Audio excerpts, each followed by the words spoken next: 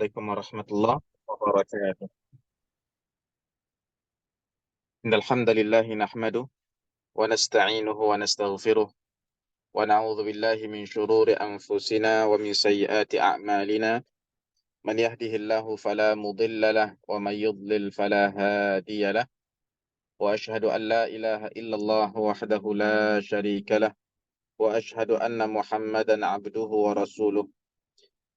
Qala Allah ta'ala fil Qur'anil Karim, ya ayyuhalladzina amanu ittaqullaha haqqa tuqatih ولا تموتن إلا وأنتم مسلمون. وقال تعالى يا أيها الناس اتقوا ربكم الذي خلقكم من نفس واحدة وخلق منها زوجها وبث منهما رجالا كثيرا ونساء واتقوا الله الذي تساءلون به والأرحام إن الله كان عليكم رقيبا. وقال تعالى يا أيها الذين آمنوا اتقوا الله وقولوا قولا سديدا يصلح لكم أعمالكم ويغفر لكم ذنوبكم ومن يطع الله ورسوله فقد فاز فوزا عظيما.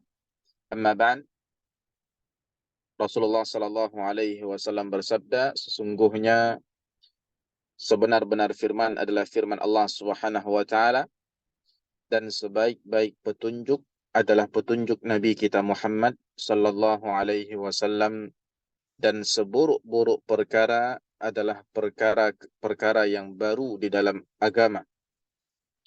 Perkara-perkara yang direka-reka, dibuat-buat di dalam agama. Dan yang direka-reka atau dibuat-buat itu dinamakan bid'ah. Setiap bid'ah adalah sesat, kata Nabi, dan setiap kesesatan tempatnya adalah neraka. Wal'iyadzubillah. Kaum muslimin dan muslimat, musyahidin dan musyahidat, para pendengar dimanapun berada, rahimani wa rahimakumullah. Alhamdulillah, kita kembali diberi kesempatan oleh Allah Subhanahu wa Ta'ala untuk kembali meneruskan, meskipun secara talian, secara online, kajian rutin kita berkenaan tadabbur surat-surat pendek Qisar al-Mufassal. Mentadabburi, memahami makna dari surat-surat pendek yang tergolong Qisar al-Mufassal, yakni dari surat Ad-Duha hingga surat An-Nas. Dan ini merupakan majlis yang ketujuh. Semoga Allah Subhanahu wa Ta'ala senantiasa melimpahkan rahmatnya kepada kita, taufik serta pertolongan untuk senantiasa mencari ilmu dan mendapatkan faedah, serta menjadikan kita semakin dekat dengan kalam Allah Subhanahu wa Ta'ala ini. Amin ya rabbal alamin. Pada majlis yang ketujuh ini, insya-Allah kita akan meneruskan tafsir surah Al-Alaq dan mentadabburi makna ataupun faedah-faedah yang terkandung di dalam surah Al-Alaq ini, wabil khusus dari ayat yang ke-6 sampai ayat yang terakhir, yakni ayat yang ke-19. Pada perjumpaan sebelumnya, kita sudah membahas 5 ayat yang pertama, yang merupakan wahyu yang pertama yang diturunkan kepada Nabi kita Muhammad sallallahu alaihi wasallam di Gua Hira, ya.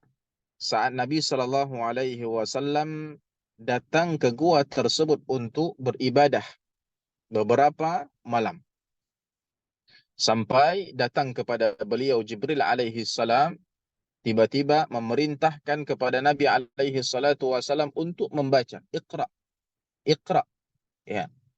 Dan Nabi sallallahu alaihi wasallam mengatakan, saya tidak bisa membaca. Kemudian akhirnya Jibril alaihi salam membacakan kepada Nabi 5 ayat pertama dari surah Al-Alaq ini. Iqra bismi rabbikal ladzi khalaq, khalaqal insana min 'alaq, Iqra wa rabbukal akram, alladzi 'allama bil qalam, 'allamal insana ma lam ya'lam. Di mana di dalam 5 ayat yang pertama ini, yang merupakan wahyu yang pertama yang turun kepada Nabi kita Muhammad sallallahu alaihi wasallam ini, Allah Subhanahu wa taala meninggikan kedudukan ilmu. Dengan Allah Subhanahu wa taala menjelaskan dua wasilah penting dari ilmu, yaitu membaca dan yang kedua adalah menulis. Kemudian kita masuk ke ayat yang ke-6 hingga ke ayat yang ke-19 insyaallah taala. Ayat yang ke-6 sampai yang ke-19 ini tidak turun lagi di Gua Hira. Kalau ayat 1 sampai 5 yang sudah kita bahas sebelumnya turun di Gua Hira sebagai wahyu yang pertama, maka ayat yang ke-6 sampai ke ayat yang ke-19, sampai habis surat Al-Alaq ini tidak turun lagi di Gua Hira sebagaimana yang sudah kita jelaskan juga pada pertemuan yang sebelumnya. Tetapi 6 sampai 19 ini turunnya di tempat yang lain dan di waktu yang lain. Para ulama menyebutkan bahwasannya ayat-ayat ini berkaitan dengan Abu Jahal. Ya, berkaitan dengan Abu Jahal. Meskipun kita bisa membagi ayat-ayat 6 sampai 19 ini menjadi dua bahagian juga. Ya. Yang pertama adalah bahagian pertama dari kalla innal insana la yatgha ar-ra'ahu istaghna inna ila rabbika ruj'a, yakni ayat 6, 7 dan ke-8 ini bagian yang pertama. Kemudian bagian yang kedua dari 9 sampai 19. Ya. Namun kalau kita lihat kandungan atau siapa yang dibicarakan di dalam semua ayat-ayat ini, maka nampaklah bagi kita bahwa yang dibicarakan tetap Abu Jahal secara khusus. Mari kita lihat Allah Subhanahu wa taala dalam ayat yang ke-6 dan ke-7 berfirman, "Kalla innal insana la yatgha ar-ra'ahu istaghna." Kalla, sungguh, innal insana la yatgha, kata Allah, manusia benar-benar melampaui batas. Ar-ra'ahu istaghna. Kapan manusia melampaui batas? Allah mengatakan tatkala melihat dirinya serba cukup. Serba cukup, serba berkecukupan. Maka tatkala itu manusia tidak bisa menahan dirinya kecuali dia akan melakukan hal-hal yang melampau. Hadirin dan hadirat sekalian, ya, musyahidin dan musyahidat rahimani wa rahimakumullah. Pada ayat yang ke-6 dan yang ke-7 ini Allah Subhanahu wa taala menjelaskan salah satu tabiat buruk manusia. Kenapa Allah Subhanahu wa taala menjelaskan ini? Supaya kita semua waspada, supaya kita semua berhati-hati, supaya kita semua terperingatkan, sehingga diharapkan setelah mendengar peringatan ini, kita berusaha untuk menjauhkan diri kita dari sifat-sifat atau tabiat-tabiat buruk yang disebutkan oleh Allah Subhanahu wa taala di dalam Al-Qur'an. Ya. Allah Subhanahu wa taala menyebutkan bahwasannya di antara tabiat buruk manusia apa? La yatgha ar-ra'ahu istaghna. Manusia benar-benar melampaui batas tatkala melihat dirinya serba cukup. Apa maksudnya? Maksudnya adalah Allah Subhanahu wa taala mengabari bahwa secara umum atau pada umumnya manusia memiliki suatu sifat yang buruk. Ini salah satunya saja. Di dalam ayat-ayat yang lain kalau kita kumpulkan, ya, kalau kita kumpulkan semua ayat-ayat yang menceritakan atau menjelaskan tentang tabiat-tabiat buruk manusia sangatlah banyak. Allah mengatakan khuliqal insanu dha'ifa. Insan diciptakan lemah, ya. Allah Subhanahu wa taala juga menyebutkan wa yad'ul insanu bisyarri du'aahu bil khair, ya. Manusia itu cepat sekali mengeluarkan doa-doa buruk sebagaimana dia mengeluarkan doa-doa yang baik. Wa kana al-insanu ajula, dan adalah manusia itu makhluk yang suka tergesa-gesa. Banyak sekali ayat-ayat yang menceritakan tentang tabiat buruk atau karakter atau sifat buruk manusia. Dan ini salah satunya. Allah Subhanahu wa taala mengatakan tadi, kalla innal insana la yatgha, melampaui batas. Kapan? Ar-ra'ahu istaghna. Tatkala melihat dirinya serba cukup, merasa dirinya sudah berkecukupan, ya, akhirnya berbuat zalim, melampaui batas, sehingga merasa tidak membutuhkan orang lain lagi. Bahkan Tuhannya sekalipun dia merasa dia tidak butuh Tuhan. Ya, merasa tidak butuh Tuhan. Mungkin tidak mengucapkan itu dengan lisannya, dengan bibirnya, namun perbuatannya menunjukkan bahwasannya dia lupa Tuhan. Jarang sekali menghadirkan Tuhan dalam segala aktivitas dia. Jarang sekali ingat bahwasannya dia adalah manusia yang lemah yang butuh kepada Tuhannya. Ya. Tatkala dia merasa cukup dengan kehebatan dirinya sendiri, akhirnya dia tidak butuh Allah. Ya. Dalam mencapai tujuan dan keinginannya serta cita-citanya, Allah Subhanahu wa taala seakan-akan tidak dibutuhkannya. Seakan-akan Allah Subhanahu wa taala tidak lagi dihiraukan olehnya. Tatkala sudah menjadi orang yang kaya dengan harta bendanya, ya, berkecukupan karena dihormati oleh orang lain, ya, punya pangkat, ya, di antara manusia, punya kedudukan di antara manusia, disegani, dituakan dalam masyarakat, akhirnya sombong dan lupa bahwa semua itu adalah karunia dari Allah Subhanahu wa taala. Lantaran sudah berpendidikan tinggi, sudah S1, sudah S2, S3, ya, sudah profesor, banyak belajar di majelis-majelis ilmu, pernah mendatangi Syekh Fulan, pernah duduk di majelis Syekh Fulan dan Syekh Fulan, ya, akhirnya tidak lagi merasa butuh nasihat dan pengajaran dari orang lain. Ini semua adalah bentuk apa?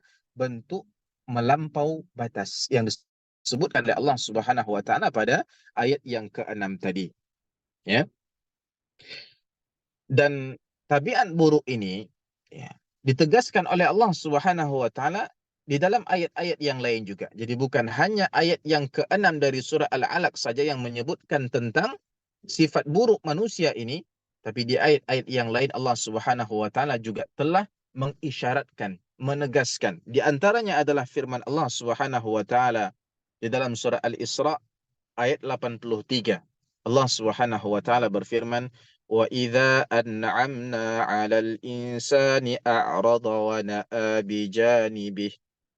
Allah berkata, dan apabila kami berikan kesenangan kepada manusia, perhatikan apa yang terjadi, niscaya berpalinglah dia. Udah diberi kesenangan, berpaling dan membelakang dengan sikap yang sombong. Ya, udah diberi kesenangan, nikmat, kemudian berpaling dari Allah, kemudian membelakang dengan sikap yang sombong. Ya, melampaui batas. Kapan? Ketika sudah merasa dirinya serba berkecukupan. Ya, nikmat sudah dilimpahkan kepadanya. Dalam surah dalam surah Asy-Syura ayat 27, Allah Subhanahu wa taala juga berfirman, "Walau basatallahu ar-rizqa li'ibadihi labaghaw fil ard, walakin yunazzilu biqadarin ma yasha." Dan jikalau Allah Subhanahu wa taala melapangkan rezeki kepada hamba-hambanya, tentulah mereka akan melampaui batas di muka bumi ini. Ini secara tegas, secara terang Allah Subhanahu wa taala menggunakan kata-kata labagau, ya, labagau, ya, melampaui batas, semakna dengan yatgha, ya, yatgha yang disebutkan dalam surat Al-Alaq tadi, ya. Walakin yunazzilu biqadari ma yasha, tetapi Allah menurunkan apa yang dikehendakinya dengan ukuran. Perhatikan, syahidnya adalah di sini Allah mengatakan, dan jikalau Allah melapangkan rezeki. Perhatikan, melapangkan rezeki, jadilah dia orang yang berkecukupan. Kemudian apa yang terjadi? Mereka akan melampaui batas di atas muka bumi ini. Ya. Dalam ayat yang lain juga surah Az-Zumar ayat 8 Allah Subhanahu wa taala berfirman wa idza massal insana dhurrun da'a rabbahu muniban ilaihi thumma idza khawwalahu ni'matan minhu nasiya ma kana yad'u ilaihi min qabl wa ja'ala lillahi andadan liyudilla an sabilihi. Allah berfirman, dan apabila manusia itu ditimpa kemudaratan, perhatikan, ditimpa kemudaratan, apa yang terjadi? Dia mendekatkan diri kepada Allah, memohon pertolongan kepada Tuhannya dengan kembali kepadanya. Kemudian apabila Tuhan memberikan nikmatnya, ini nikmat, ya, memberikan nikmatnya kepadanya, lupalah dia akan kemudaratan yang pernah dia berdoa kepada Allah untuk menghilangkannya sebelum itu. Dan dia mengada-adakan sekutu-sekutu bagi Allah untuk menyesatkan manusia. Yang terakhir, ya, kita sebutkan surah Az-Zumar ayat 49. Allah Subhanahu wa taala berfirman, maaf. Ya. Nah, ya, hampir sama ya. Az-Zumar ayat 49 Allah Subhanahu wa taala berfirman, "Fa idza massal insana dhurrun da'ana, thumma idza khawwalnahu ni'matan minna qala innama utituhu ala ilm." Maka apabila manusia ditimpa bahaya, ia menyeru kami, ya, memanggil kami, berdoa kepada kami. Kemudian apabila kami berikan kepadanya nikmat dari kami, ia berkata, innama utituhu ala ilm. Sesungguhnya aku diberi nikmat itu hanyalah karena kepintaranku. Ya, karena ilmu yang ada padaku, karena kehebatanku, karena saya sudah S3, karena saya sudah belajar ini dan itu. Ya, dia dia kembalikan itu semua kepada dirinya sendiri. Apa kata Allah? Bal hiya fitnah walakinna aktsarahum la ya'lamun. Sebenarnya itu adalah ujian, tetapi kebanyakan mereka itu tidak mengetahui. Ini beberapa ayat yang menegaskan ayat yang ke-6 dari surah Al-Alaq tadi, bahwa di antara tabiat buruk manusia kita ini, tatkala diberi kecukupan oleh Allah Subhanahu wa taala, dilimpahkan rezeki oleh Allah, nikmat kurnia, maka sering sekali hal tersebut membuat manusia melampaui batas, berbuat zalim, jatuh pada maksiat dan sebagainya. Hadirin dan hadirat, musyahidin dan musyahidat, ikhwah fillah yang dirahmati oleh Allah Subhanahu wa taala, adapun manusia yang beriman kepada Allah Subhanahu wa taala, maka dia harus berbeda. Orang-orang yang beriman tidak sebagai manusia, tidak seperti manusia pada umumnya tadi. Orang yang beriman, sekejap mata pun dia tidak pernah merasa bahwa dia tidak membutuhkan Allah Subhanahu wa taala. Orang yang beriman senantiasa merasa bahwa dirinya fakir, butuh kepada Allah Subhanahu wa taala dan pertolongannya. Dia selalu meminta kepada Allah Subhanahu wa taala segala hajatnya, berlindung kepada Allah Subhanahu wa taala dari setiap kesusahannya. Selalu berpandangan bahwa dirinya itu lemah, penuh kecacatan, penuh kekurangan, untuk diserahkan kepadanya segala urusannya. Oleh karena itu, di antara zikir yang senantiasa seharusnya kita baca, ya, yaitu zikir pagi dan petang, yaitu ya hayyu ya qayyum birahmatika astaghith aslih li sya'ni kullah wa la takilni ila nafsi tarfata ain. Ya, apa maksud dari zikir yang diajarkan oleh Nabi kita Muhammad sallallahu alaihi wasallam ini, yang dibaca setiap pagi dan petang?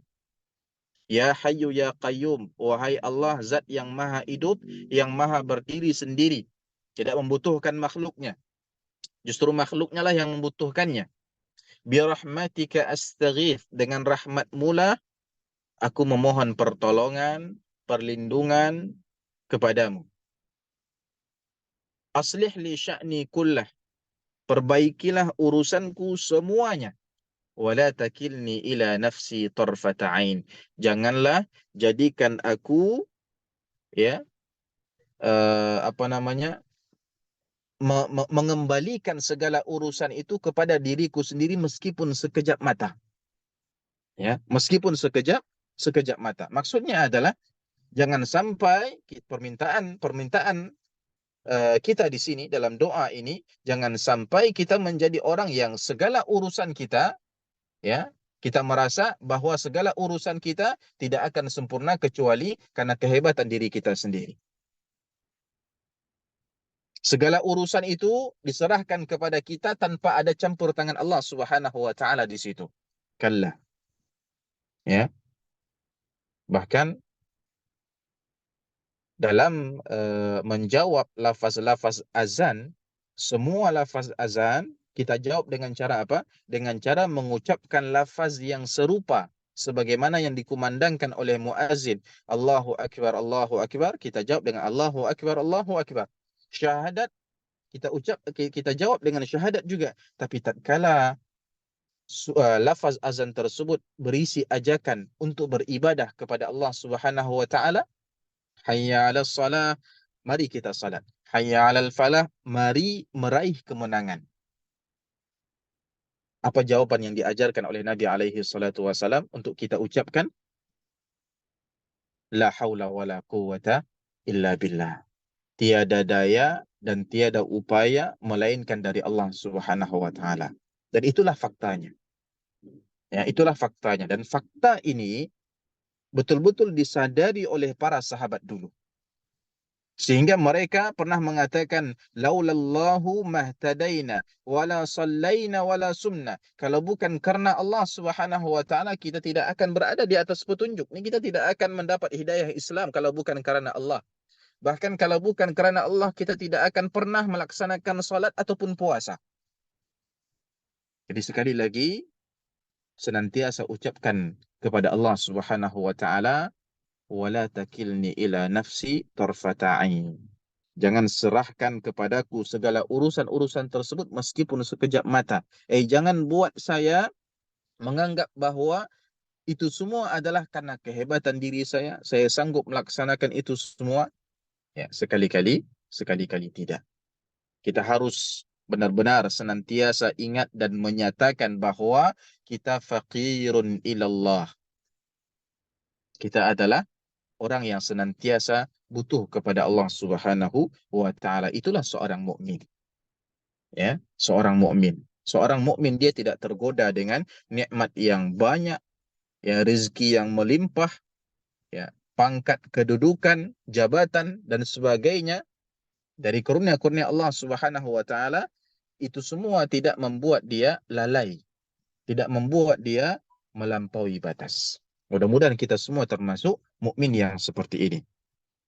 Kemudian pada ayat yang ke-8, Allah Subhanahu wa taala mengatakan, "Inna ila rabbikar ruj'a." Sesungguhnya hanya kepada Tuhanmu lah tempat kembalimu. Dalam ayat yang ke-8 ini Allah Subhanahu wa taala beri peringatan yang sangat keras. Untuk siapa? Untuk manusia-manusia yang bertindak melampaui batas tadi. Ya, setelah Allah menyebutkan pada ayat yang ke-6 dan yang ke-7 bahwa di antara tabiat buruk manusia adalah melampaui batas tatkala mendapati dirinya merasa cukup, ya, merasa bisa sendiri, ya, merasa sudah hebat, ya, Allah ingatkan, ya, dan Allah ancam bahwa apabila kelak waktu kembali kepada Allah Subhanahu wa taala telah tiba, yakni kematian, dah sampai ajalnya, kekayaan harta benda, ilmu, pangkat, tubuh kuat yang sebelumnya disangkanya telah mencukupinya itu sedikit pun tidak dapat menolongnya dari azab Allah Subhanahu wa taala. Ya, sedikit pun itu semua tidak akan menolongnya dari azab Allah Subhanahu wa taala. Akhirnya apa? Akhirnya dia akan menyesali sikapnya di dunia dulu yang melampaui batas tatkala melihat dirinya sudah serba berkecukupan. Ya. Jadi bangunkan kesadaran ini, saudara-saudari sekalian dirahmati oleh Allah Subhanahu wa taala. Bangunkan di dalam diri kita kesadaran bahwasannya kelak kita pasti akan mati. Bangun keyakinan di dalam diri kita bahwa kelak kita akan dibangkitkan kembali untuk menghadap Allah Subhanahu wa taala setelah setelah kita mati. Kemudian ketika kita dibangkitkan, maka kita akan dihisab oleh Allah Subhanahu wa taala, dimintai pertanggungjawaban, ditanyakan kepada kita semua yang kita lakukan di dunia dulu. Kemudian semua yang kita lakukan itu kelak akan diberi balasan oleh Allah Subhanahu wa taala dengan balasan yang setimpal. Yang baik maka dibalas dengan yang baik, yang buruk maka akan dibalas dengan yang buruk. Ya, kalau seandainya kesadaran dan keimanan ini senantiasa kita bangun di dalam diri kita, maka dengan begitu kita insya Allah akan lebih mudah untuk menjauhi tabiat buruk yang melampaui batas tadi. Ya. Jadi kalau Allah Subhanahu wa taala, ya, Allah Subhanahu wa taala telah mengatakan bahwasannya di antara tabiat buruk manusia adalah melampaui batas bila mendapati dirinya sudah serba cukup, ya, tidak butuh yang lain lagi, bahkan tidak butuh Tuhan, ya, tidak butuh Allah Subhanahu wa taala, maka Allah Subhanahu wa taala ancam sekaligus memberikan isyarat, tips, ya, tips supaya kita terhindar dari tabiat buruk tersebut. Apa tipsnya? Bangun kesadaran dan keimanan bahwasanya pada suatu saat nanti kita akan mati, kemudian dibangkitkan oleh Allah Subhanahu wa taala, kemudian kita akan menjalani hisab dan jaza.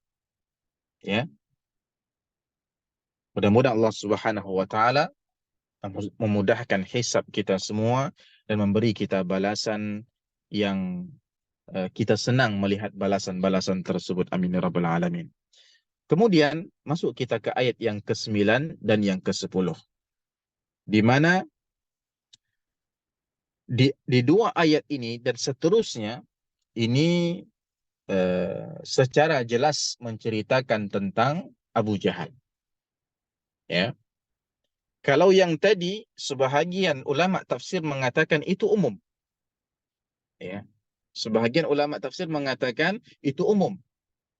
Karena konteks yang di situ adalah manusia secara umum. Meskipun sebahagian ulama tafsir mengaitkan bahwa manusia yang dimaksud di ayat yang ke-6, 7, dan 8 tadi adalah Abu Jahal. Meskipun begitu,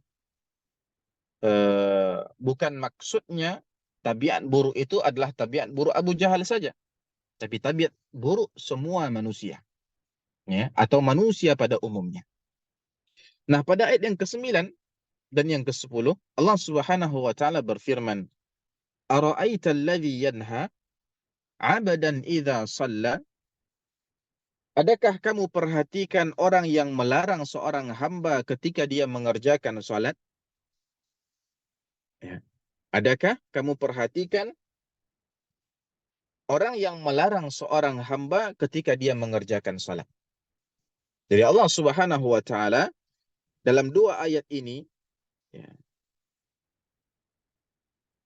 menyuruh kita untuk memperhatikan, ya, memperhatikan ada seseorang yang, yakni apa namanya, tabiatnya buruk sekali. Apa itu? Melarang seorang hamba mengerjakan salat. Ya, ini secara khusus. Namun masuk juga di sini, ya, orang-orang yang melarang orang lain berbuat kebaikan. Menyampaikan ceramah dicegat, ya. Menyampaikan ilmu kemudian diusir, dibubarkan. Orang ingin melakukan kebaikan, ibadah, kemudian dihalang-halangi. Semuanya termasuk dalam maksud ayat yang ke-9 dan yang ke-10 ini. Kemudian Allah mengatakan, "Ara'ait?" Adakah kamu perhatikan? Maksudnya apa? Maksudnya alangkah buruknya perbuatan ini. Alangkah buruknya perbuatan ini. Nah, sebagaimana yang tadi kita katakan, bahwasannya mulai dari ayat yang ke-9 sampai ayat yang terakhir, ini berbicara tentang siapa? Tentang Abu Jahal. Ya, tentang Abu Jahal. Dan Abu Jahal, ya, ini adalah seorang pemuka kaum Quraisy. Ya, dikatakan pemuka artinya dia di antara orang yang mendapat tempat, orang yang mempunyai kedudukan di masyarakat Quraisy ketika itu. Dan Abu Jahal ini termasuk orang yang sangat membenci Nabi alaihi salatu wassalam dan dakwah beliau. Abu Jahal ini sebenarnya nama dia bukan Abu Jahal. Panggilan dia pun di tengah kaumnya bukan Abu Jahal. Bahkan lebih indah daripada itu, kebalikan dari Abu Jahal. Di tengah kaumnya dia dipanggil sebagai Abul Hakam. Ya, yang artinya adalah bapak kebijaksanaan. Ya, Abul Hakam, Abul Jahal, ya, atau Abu Jahal, inilah bapak kebodohan. Ya. Kebalikannya adalah bapak kebijaksanaan. Sungguh bijak orangnya. Sehingga menjadi tempat kembali bagi kaumnya. Ya. Dan apa namanya? Kalau seandainya kaumnya memiliki suatu ingin minta pendapat contohnya, ya, atau ingin mencari solusi, ya, untuk suatu permasalahan misalnya, maka mereka akan datang ke Abu Jahal. Ya. Namun kedudukan dan reputasi yang tinggi itu malah membuat Abu Jahal bertindak zalim dan melampaui batas. Sehingga menentang kebenaran Islam dan Nabi Shallallahu Alaihi Wasallam setelah jelas kebenaran itu baginya. Nabi Shallallahu Alaihi Wasallam begitu turun kepadanya ayat wa anzir ashiratakal aqrabin, ya, atau sebelumnya turun kepada Nabi alaihi salatu wasallam wahyu yang kedua, kum fa'anzir ya ayyuhal muddathir kum fa'anzir, wahai orang yang berselimut bangunlah dan berikan peringatan. Di sini Nabi alaihi salatu wasallam langsung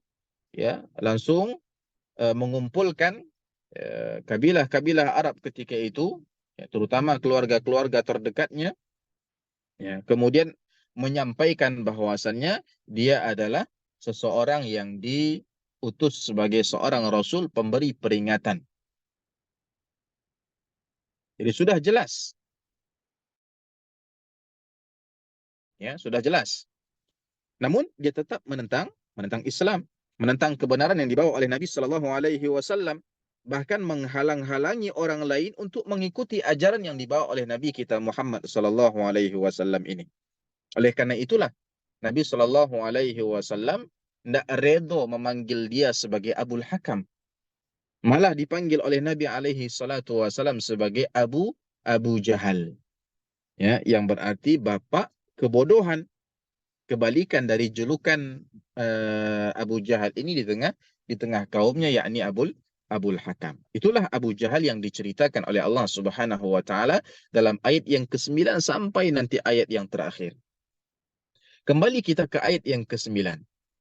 Allah Subhanahu wa taala tadi berfirman, "Ara'aital ladzi yanha 'abdan idza shalla?" Adakah kamu perhatikan orang yang melarang seorang hamba ketika dia mengerjakan salat, atau ketika dia ingin mengerjakan salat dihalang-halangi? Ya. Maksudnya gimana sih pendapat kamu tentang orang yang seperti ini? Ini ada orang yang melarang. Siapa yang dimaksud orang yang melarang ini? Itulah Abu Jahal. Siapa yang dilarangnya atau apa yang dilarangnya? Dia melarang seorang hamba mengerjakan salat, dan hamba inilah Nabi kita Muhammad sallallahu alaihi wasallam. Ya. Tentang Abu Jahal melarang Nabi alaihi salatu wasallam mengerjakan salat ini dikisahkan dalam sebuah hadis yang diriwayatkan oleh Imam Al-Bukhari. Dikisahkan bahwa ketika Nabi Shallallahu Alaihi Wasallam mengerjakan salat di dekat Ka'bah, akhirnya hal tersebut dilaporkan, disaksikan oleh orang-orang yang menentang kebenaran Islam, yang belum mau menerima Islam. Akhirnya dilaporkanlah hal tersebut kepada Abu Jahal. Ya, sebab mereka Abu Jahal adalah pemuka orang-orang tersebut, pemimpinnya. Tatkala kabar tersebut sampai di telinga Abu Jahal, ya, dia sangat murka kepada Nabi alaihi salatu wasalam. Sampai-sampai Abu Jahal berkata, la in ra'aitu Muhammadan yusalli 'indal Ka'bah la ata'anna 'ala unuqih. Sungguh jika aku melihat Muhammad mengerjakan salat di dekat Ka'bah, aku benar-benar akan menginjak lehernya. Perhatikan itu. Lancang. Lantang. Maaf, lancang sekali ya. Ya, perkataan Abu Jahal. Kenapa dia berani mengucapkan ancaman seperti ini? Itulah yang diisyaratkan oleh Allah Subhanahu wa taala sebelumnya tadi, bahwa manusia kalau sudah punya kedudukan, reputasi yang tinggi, ya, sering sekali dia melampaui batas. Nah, tatkala ancaman itu sampai ke telinga Nabi alaihi salatu wasalam, maka dijawab oleh Nabi alaihi salatu wasalam dengan tegas, dengan penuh keberanian. La in fa'alahu la akhadhathul malaikah. Sungguh jika itu dia lakukan, maka malaikat benar-benar akan menghajarnya. Tentunya Nabi Shallallahu alaihi wasallam menjawab ini dengan wahyu, ya. Kalau benar-benar dilakukannya apa yang diucapkannya tadi dalam ancamannya tadi, maka sungguh malaikat benar-benar akan menghajarnya. Nah, pada ayat-ayat ini Allah Subhanahu wa taala meminta Nabi Shallallahu alaihi wasallam memperhatikan keadaan orang yang mencoba menghalangi hambanya untuk beribadah kepadanya. Ara'aita, adakah kamu perhatikan, kata Allah, ya. Tentunya orang yang pertama kali diajak oleh Allah Subhanahu wa taala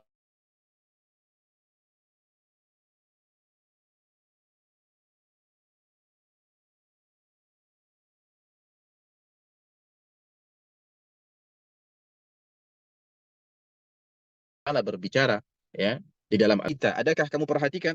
Wah, ya, coba tengok nih, perhatikan orang ini, bagaimana angkuh dan melampaunya. Perbuatan baik dilarangnya, sedangkan perbuatan buruk diperintahkannya.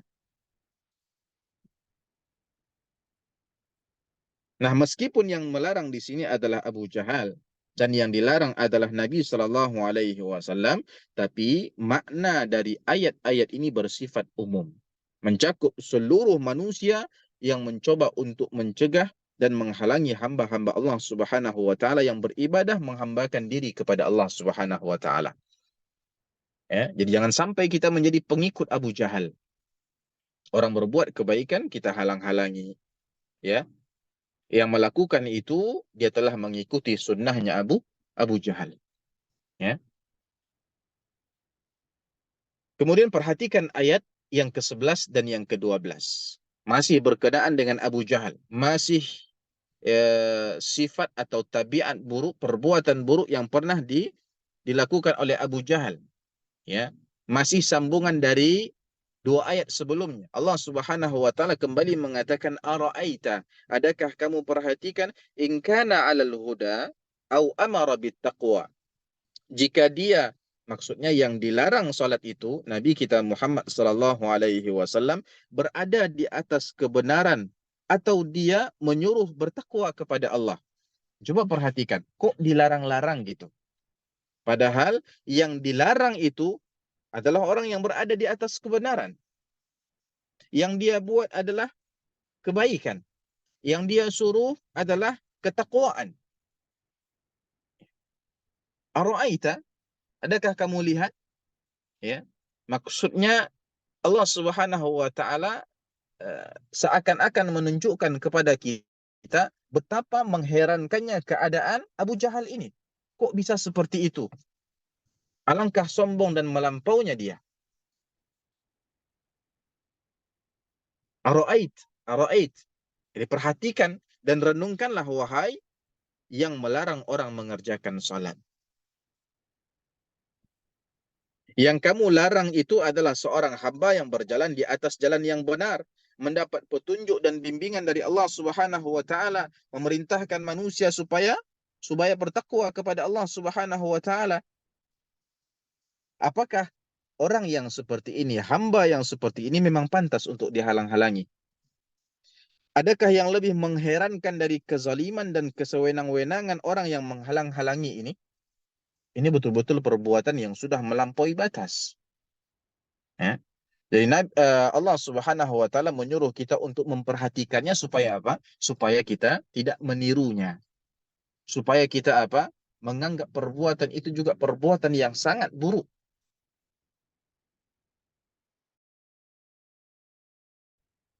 Kemudian sekali lagi Allah Subhanahu wa taala minta agar kita memperhatikan perbuatan tersebut. Keadaan Abu Jahal itu, keadaan Nabi Shallallahu alaihi wasallam yang dihalangi melakukan perbuatan yang baik.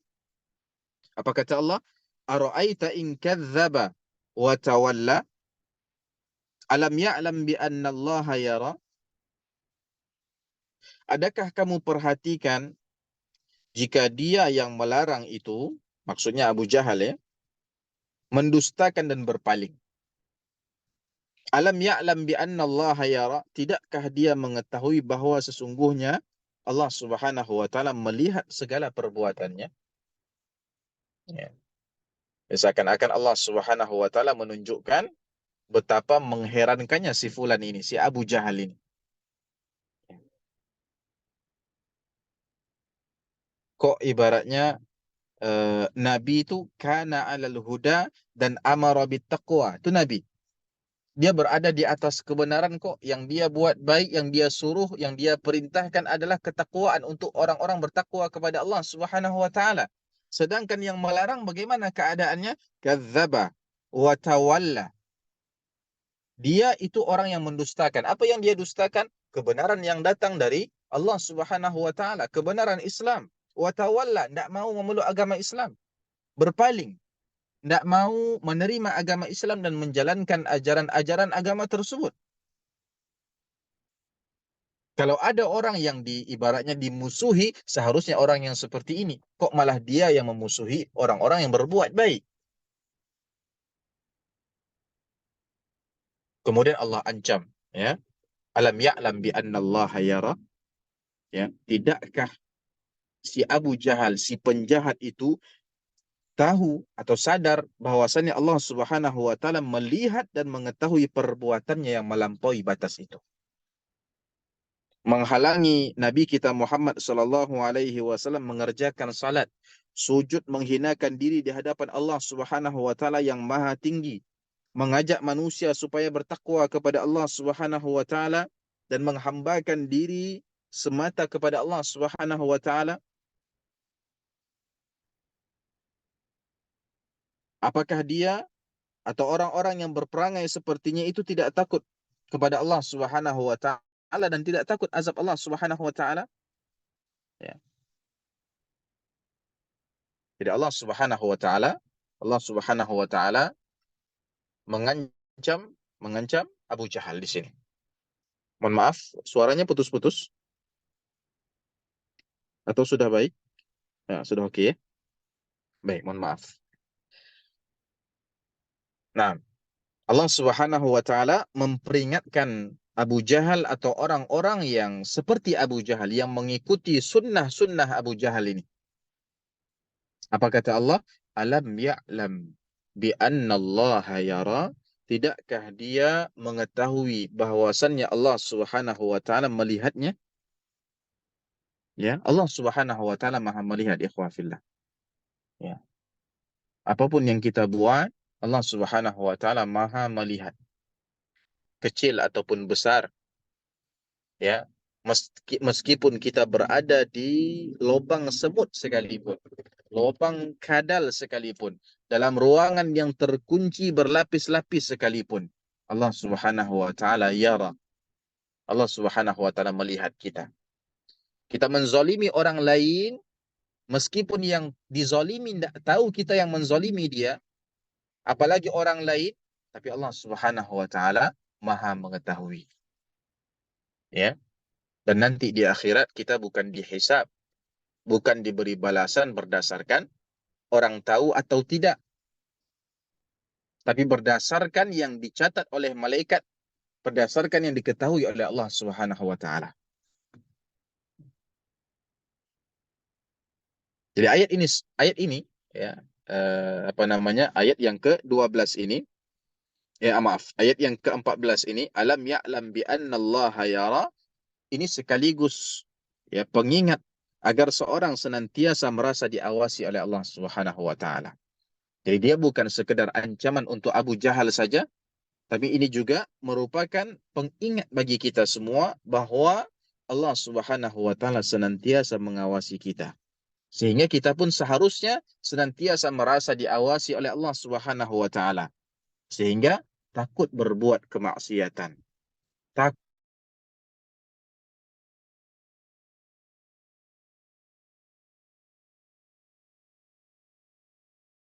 mau buat, kita lakukan itu. Dan pasti akan membalasnya kelak di akhirat.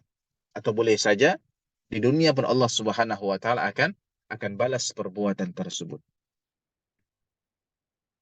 Kemudian Allah Subhanahu wa taala berfirman, "Kalla la illam yantahi lanasfa'an bin nasiyah."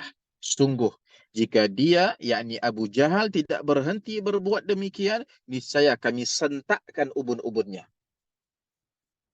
Ya, Allahu akbar. Ini ancaman lagi bagi Abu Jahal. Kalla, sungguh, la illam yantahi, kalau seandainya dia tidak berhenti juga melarang Nabi sallallahu alaihi wasallam solat di dekat Ka'bah, lanasfa'an bin nasiyah, kami sentakkan ubun-ubunnya, kata Allah Subhanahu wa taala. Ini keras sekali peringatan dari Allah Subhanahu wa taala. Keras sekali ancaman dari Allah Subhanahu wa taala untuk Abu Jahal ini, ya. Kemudian Allah Subhanahu wa taala berfirman, nasiyatin kadzibatin khati'ah. Ya, sebelumnya tadi Allah mengatakan apa? Kami akan sentak, kami akan sentakkan ubun-ubunnya, dan ubun-ubun itu kata Allah, nasiyatin kadzibatin khati'ah. Ubun-ubun pendusta dan pendosa. Nah, perhatikan, di sini Allah Subhanahu wa taala menyebut dua sifat atau menyebutkan dua sifat bagi ubun-ubun Abu Jahal itu. Yang pertama kadzibah dan yang kedua adalah khati'ah. Ya. Inilah dua sebab atau dua sifat ubun-ubun Abu Jahal yang menyebabkan ubun-ubun dia layak dihukum oleh Allah Subhanahu wa taala. Ya. Yang pertama kadzibah, ubun-ubun dia berdusta. Kemudian khati'ah, ubun-ubun itu berdosa. Ya, meskipun yang disebut di sini adalah ubun-ubun, tapi yang dimaksud adalah Abu Jahal itu sendiri, si pemilik ubun-ubun itu. Ya. Kenapa disebut sebagai nasiyatin kadzibah, ubun-ubun, atau mudahnya kenapa Abu Jahal di sini disebut sebagai pendusta? Ya, kenapa Abu Jahal di sini disebutkan sebagai pendusta? Kita masih ingat lagi ancaman Abu Jahal kepada Nabi Muhammad sallallahu alaihi wasallam tadi, la ata'anna fi unuqi. Aku akan injak leher Muhammad itu, kata Abu Jahal, kalau dia masih sholat di dekat Ka'bah ini. Ya. Ini ancaman Abu Jahal. Apakah ancaman itu terjadi? Tidak terjadi dan tidak akan pernah terjadi. Bahkan Nabi dengan pedenya mengatakan kalau dia lakukan itu, niscaya dia akan dihantam, akan disiksa oleh para malaikat. Ya.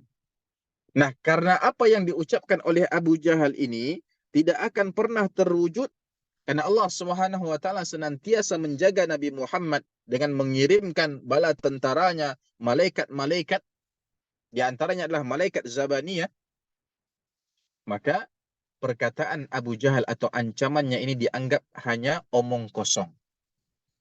Sehingga dia dianggap sebagai pendusta. Ya. Maksudnya seakan-akan dia mengatakan itu pasti bisa terjadi. Ya, padahal Allah Subhanahu wa taala menjaga nabinya Muhammad sallallahu alaihi wasallam. Inilah kenapa ubun-ubun atau si Abu Jahal itu dianggap sebagai pendusta.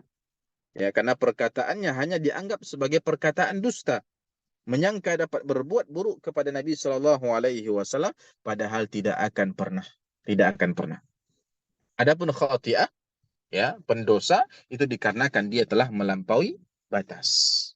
Ya, berani melarang Nabi alaihi salatu wasallam, menghalang-halangi beliau bahkan mengancam Nabi Muhammad SAW dengan ucapan-ucapan atau ancaman-ancaman yang mengerikan, ya, ancaman-ancaman yang mengerikan.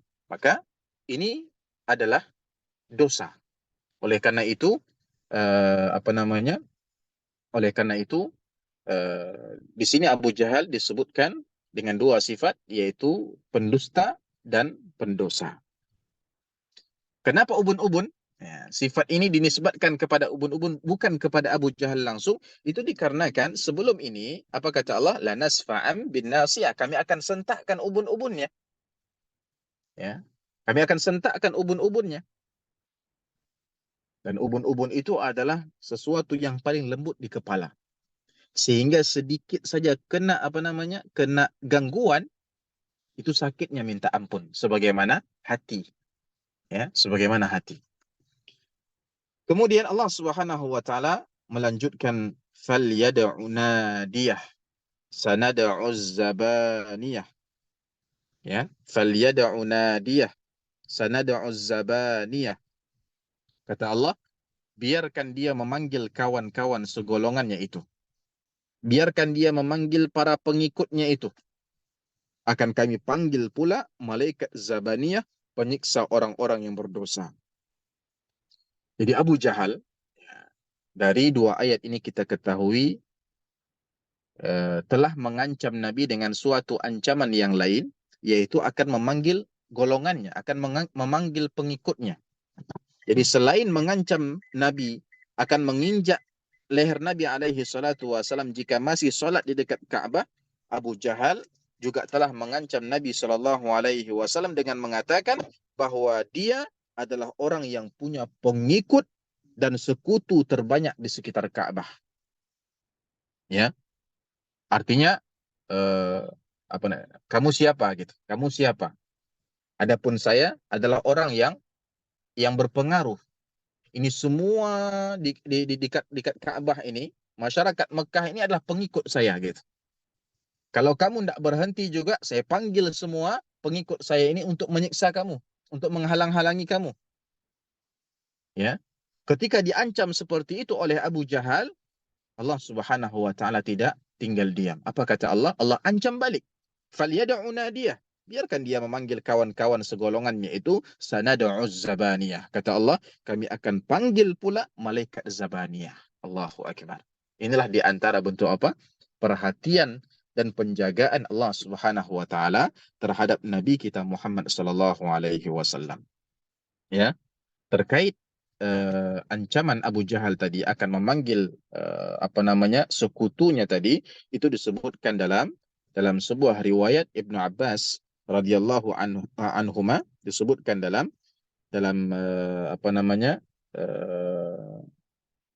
hadis riwayat At-Tabari, ya, di mana Nabi Shallallahu alaihi wasallam, ya, ketika solat di dekat Ka'bah itu, datang Abu Jahal dengan marah-marah mengatakan, wahai Muhammad, alam anhaka an hadza, bukankah aku sudah melarangmu melakukannya? Kemudian dia ancam Nabi Muhammad sallallahu alaihi wasallam dengan berbagai ancaman, ya. Kemudian, ya, Nabi sallallahu alaihi wasallam juga tidak diam. Nabi ancam balik, Nabi peringatkan balik, ya, Abu Jahal. Kemudian ketika melihat Nabi Shallallahu Alaihi Wasallam tidak diam saja, namun malah apa? Malah mempertahankan diri dan mengancam balik. Maka apa kata Abu Jahal kepada Nabi? Ya Muhammad, bi ayyi syai'in tuhaddiduni? Ya, wahai Muhammad, dengan apa emangnya kamu akan mengancam aku? Ya, seakan-akan dia meremeh Nabi Muhammad, menganggap Nabi Muhammad ini bukan siapa-siapa, ya, dibandingkan dirinya. Ama wallahi inni la aktsaru hadzal wadi nadiya. Apa kata dia? Ketahuilah demi Allah, kata Abu Jahal. Jadi dia masih apa namanya? Masih orang-orang musyrik dulu, masih ada fitrah tauhid rububiyahnya, ya. Sebagaimana yang sudah kita jelaskan pada perjumpaan sebelum ini. Demi Allah, sesungguhnya aku adalah penduduk lembah ini yang paling banyak golongannya. Ya, maka akhirnya Allah Subhanahu wa taala turunkan dua ayat tadi. Falyad'u nadiyah. Panggil, panggil.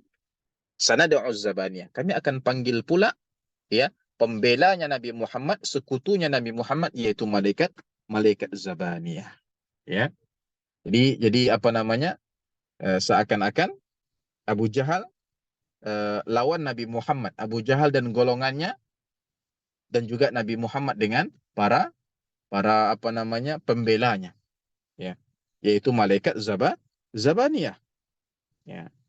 Siapa kira-kira yang akan yang lebih kuat? Ya.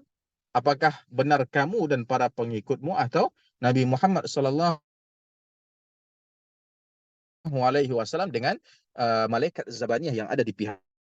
Ya. Malaikat Zabaniyah ini malaikat yang sangat keras, malaikat azab, ya, penjaga neraka jahanam yang menyiksa orang-orang yang berdosa.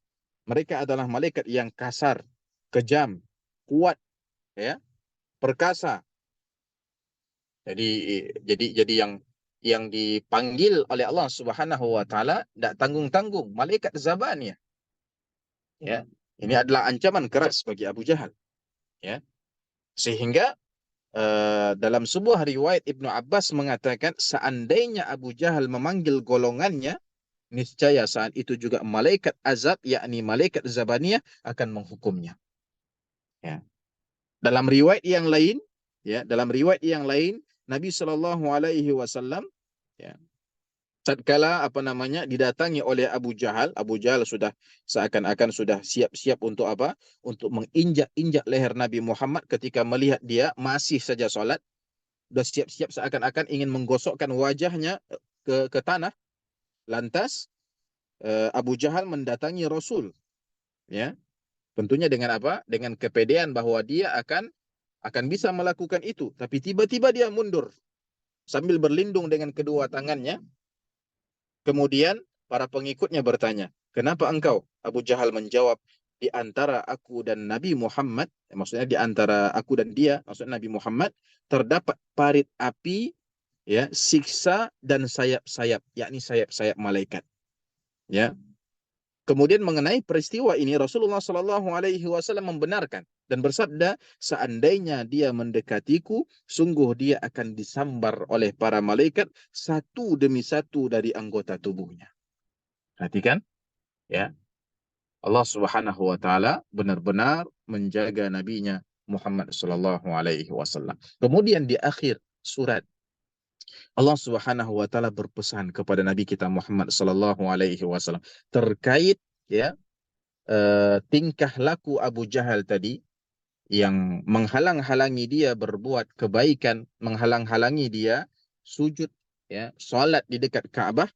Apa kata Allah kepada Nabi kita Muhammad sallallahu alaihi wasallam? Pesan yang sangat tegas, ya. Apa kata Allah? Kalla la tuti'hu wasjud waqtarib. Sungguh jangan sekali-kali kamu patuhi dia wahai Muhammad, tetap sujud dan dekatkanlah dirimu kepada Allah Subhanahu wa taala. Ya, jadi setelah tadi memperingatkan Abu Jahal, Allah perintahkan pula kepada Nabi kita sallallahu alaihi wasallam agar tidak mematuhi dan menghiraukan perkataan Abu Jahal. Allah perintahkan Nabi kita sallallahu alaihi wasallam supaya tetap sujud, tetap mendekatkan diri kepada Allah Subhanahu wa taala tanpa takut ancaman siapapun, tanpa takut ancaman apapun. Nah, kalau Allah Subhanahu wa taala sudah mengatakan demikian, ya, enggak usah ditaati, ya, enggak usah takut, ya, tetap sujud, tetap sholat, tetap mendekatkan diri kamu kepada Allah. Itu maknanya apa? Maknanya Allah Subhanahu wa taala pasti akan membela dan menjaga Nabi Shallallahu alaihi wasallam dari gangguan, ya, dari gangguan Abu Jahal dan juga gangguan para komplotannya. Dan buktinya Nabi Shallallahu alaihi wasallam dimenangkan atas Abu Jahal. Nabi Shallallahu alaihi wasallam, ya, dijaga oleh Allah Subhanahu wa taala selama beliau menyampaikan risalah Islam, sehingga beliau diwafatkan oleh Allah Subhanahu wa taala, ya, dan orang-orang berbondong-bondong masuk ke dalam agama Islam, ya. Maka ikhwati wa ya ayyatuhal akhawat, ya, saudara-saudari rahimani wa rahimakumullah,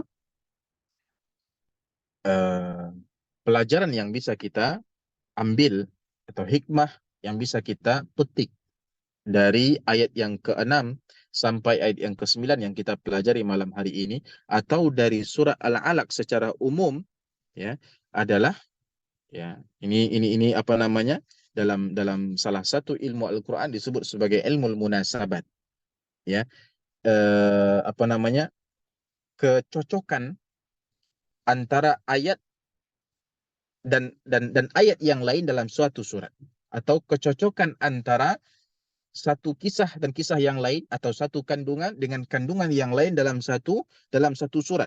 Perhatikan, ya. Allah Subhanahu wa taala membuka surah Al-Alaq ini dengan perintah apa? Perintah membaca Iqra, yang merupakan salah satu kunci penting untuk membuka pintu ilmu. Kemudian Allah Subhanahu wa taala mengingatkan tentang pengawasan Allah melalui firman-Nya yang sudah kita pelajari malam hari ini tadi, alam ya'lam bi anna Allah yara, ya, tidakkah dia mengetahui bahwasanya Allah Subhanahu wa taala melihatnya. Kemudian Allah akhiri dengan perintah mendekatkan diri kepada Allah melalui firman-Nya waqtarib, ya, wasjud waqtarib, tetap sujud, tetap dekatkan dirimu kepada Allah Subhanahu wa taala. Perhatikan perintah membaca. Kemudian di tengah-tengah ada pemberitahuan daripada Allah bahwasanya Allah senantiasa melihat, mengawasi. Kemudian surat itu, surah Al-Alaq ini ditutup oleh Allah dengan perintah apa? Waqtarib. Tetap dekatkan dirimu kepada Allah Subhanahu wa taala. Nah, melalui susunan ini seakan-akan ada pesan yang ingin disampaikan oleh Allah Subhanahu wa taala. Apa itu? Bahwa hakikat dan tujuan sebenarnya dari belajar, dari berilmunya seseorang hamba, ya, tujuan kita menuntut ilmu, kemudian mendapatkan ilmu tersebut adalah supaya ilmu itu membuat kita semakin takut kepada Allah Subhanahu wa taala. Agar ilmu tersebut membuat kita senantiasa merasa diawasi oleh Allah Subhanahu wa taala. Hingga akhirnya membuat diri kita semakin tunduk kepada Allah Subhanahu wa taala dan semakin dekat kepadanya, ya. Wallahu taala a'lam. Jadi surah Al-Alaq ini merupakan surat yang sangat-sangat agung, ya. Surat yang sangat agung yang memiliki faedah yang sangat besar, ya. Allah Subhanahu wa taala buka dengan perintah Iqra. Di dalamnya Allah sebutkan bahwa Allah senantiasa mengawasi dan melihat kita, dan Allah tutup dengan firman-Nya Iqtarib, ya, dekatkanlah dirimu kepada Allah, seakan-akan Allah ingin mengatakan, ya, kamu, ya, silahkan baca, silahkan menuntut ilmu, ya, sudah dapat banyak ilmu, ilmu itu semua tidaklah dikatakan ilmu yang bermanfaat kecuali menghadirkan rasa takut dalam diri kamu, takut kepada Allah, senantiasa merasa diawasi oleh Allah Subhanahu wa taala, sehingga meninggalkan keburukan, maksiat, dosa, membuat semakin taat kepada Allah, semakin mendekatkan diri kepada Allah Subhanahu wa taala. Dan kalau sudah punya ilmunya, maka tinggalkan keburukan-keburukan itu dan dekatkan diri kepada Allah dengan senantiasa berbuat ketaatan kepada Allah Subhanahu wa taala. Mudah-mudahan yang singkat ini bermanfaat bagi kita semua. Kurang dan lebihnya mohon maaf. Ini yang dapat saya sampaikan tentang tafsir surah Al-Alaq, ya, atau tentang makna yang terkandung di dalam surah Al-Alaq, dan ini tentunya adalah penjelasan yang ringkas, ya, dibandingkan faedah yang sangat banyak yang ada pada kalam Allah Subhanahu wa taala. Namun kita berharap yang singkat ini mudah-mudahan cukup untuk memberi kita pengetahuan secara global, ya, pemahaman secara global tentang kandungan surah Al-Alaq dari ayat yang pertama hingga ke ayat yang ke-19. Insyaallah taala, amin ya rabbal alamin. Itu saja dari kami. Apabila ada pertanyaan, mungkin kita tidak bisa berlama-lama pada malam hari ini. Sekiranya ada pertanyaan, mungkin saya terima satu pertanyaan saja, atau mungkin saya akan lihat di kolom pesan juga. Oh, nah, sudah masuk satu pertanyaan, ya. Sudah masuk satu pertanyaan. Saya jawab satu pertanyaan ini dan insya Allah kita akan tutup insya Allah taala. Ya. Eh, Ustaz izin bertanya, apakah malaikat Zabaniyah itu, ya, sama atau berbeda dengan malaikat Malik. Maksudnya malaikat Malik, malaikat penjaga api neraka juga. Apakah malaikat Zabaniyah merupakan eh, apa namanya, malaikat penjaga neraka yang selama ini kita ketahui dia adalah apa namanya, penjaga neraka juga ya. Perlu kita ketahui ya, bahwasannya Zabaniyah ini bukan nama, ya, tapi Zabaniyah ini adalah sifat. Ya, jadi Zabaniyah itu bukan nama, tapi adalah sifat bagi malaikat penjaga penjaga neraka. Jadi Zabaniyah itu maksudnya yang apa namanya, penyiksa orang-orang yang berdosa, ya, penyiksa orang-orang berdosa, atau ya apa namanya, dikatakan juga Zabaniyah ini maksudnya adalah penjaga neraka. Jadi dia bukan nama tapi sifat atau gelar, ya, sifat atau gelar. Seperti misalnya eh, ketika kita masuk ke dalam suatu mau masuk ke suatu kondo atau ke suatu apartemen, kita mendapati ada orang yang menjaga ya. Sebelum kita masuk, kita mesti melewati orang tersebut. Kemudian ketika saya bertanya kepada teman saya, misalnya ini siapa? Dia mengatakan Sapam, ya. Dia mengatakan Sapam. Pernah saya dengar juga bahwa orang ini bukan Sapam tapi security gitu kan. Jadi dia adalah nama, ya. Maaf, dia bukan nama tapi sifat, ya, sifat. Zabaniyah itu maksudnya adalah penjaga penjaga neraka, ya.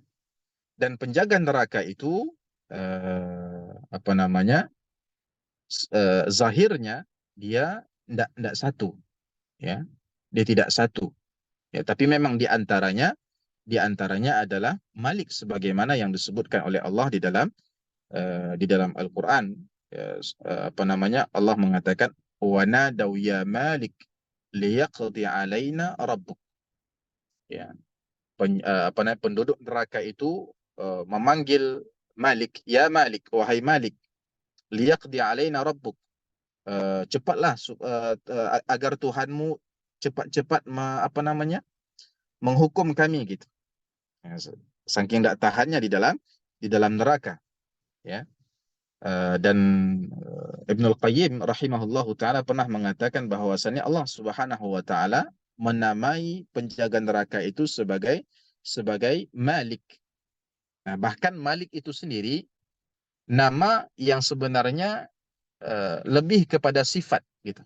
Malik itu kata Ibnul Qayyim diambil dari kata al-Malik, al-Malki, yang dalam bahasa Arab dia bermaksud adalah kuat, ya, keras, tegas, ya, perkasa.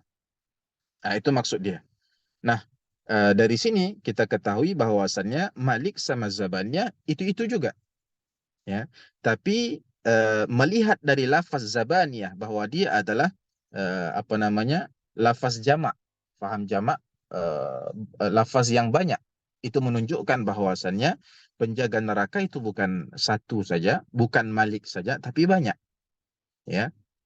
Zabaniyah ini para ulama tafsir mengatakan khazanatu jahannam, ya, khazanatu jahannam, ya. Khazanah ini jamak dari khazin, jadi banyak penjaga-penjaga neraka, ya.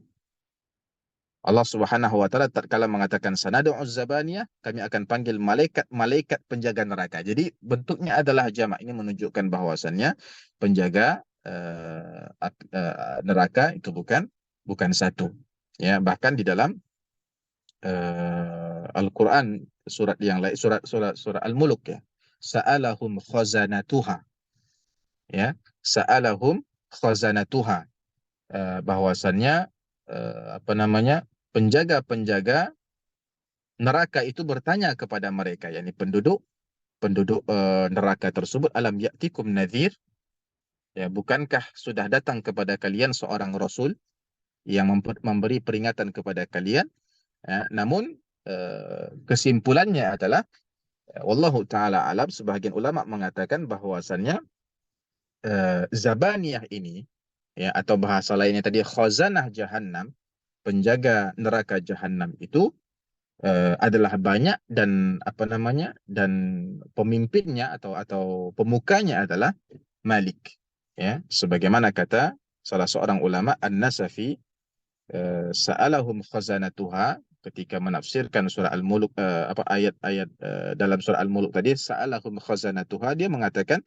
malikun wa a'wanuhu minaz zabaniyah. Ya, yang dimaksud khazanatuha, penjaga-penjaga neraka, itu adalah Malik dan kawan-kawannya dari malaikat-malaikat Zabaniyah yang lain. Itu menunjukkan Malik itu malaikat di antara malaikat Zabaniyah, ya.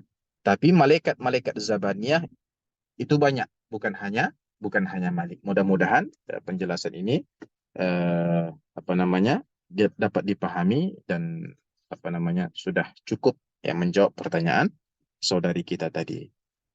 Mungkin itu perjumpaan kita pada malam hari ini. Ya, mohon maaf atas keterbatasan waktu dan juga keterbatasan apa namanya ya tempat juga, khususnya pada malam hari ini. Eh, saya tidak dalam keadaan apa namanya dalam tempat yang baik ya. Sedang sudah seminggu ini internet apa di tempat kami sedang tidak baik, maka sekarang saya berada di tempat di mana saya bisa menyampaikan ini. Oleh karena itu, kamera saya tidak bisa buka karena keadaan juga gelap. Ya, mudah-mudahan layar yang tadi saya tampilkan, mudah-mudahan itu sedikit membantu memahami apa yang disampaikan dari tafsir-tafsir surat Al-Alaq tadi, khususnya ayat yang ke-6 sampai ayat yang ke-19 yang kita bahas pada malam hari ini. Itu wassallallahu ala nabiyina Muhammad wa ala alihi wa sahbihi wa baraka wa sallam. Semoga Allah Subhanahu wa taala senantiasa memberi kita taufik, memudahkan segala urusan kita dan memberkati ilmu kita dan memudahkan kita untuk mengamalkan ilmu-ilmu tersebut. Amin ya rabbal alamin. Wassalamualaikum warahmatullahi wabarakatuh.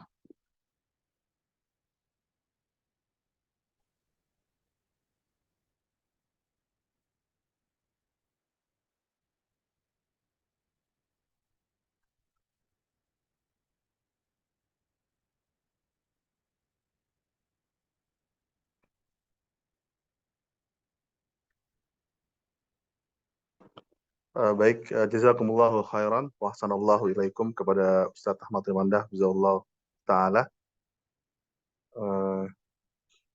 Kita telah mendapatkan faedah yang banyak. Semoga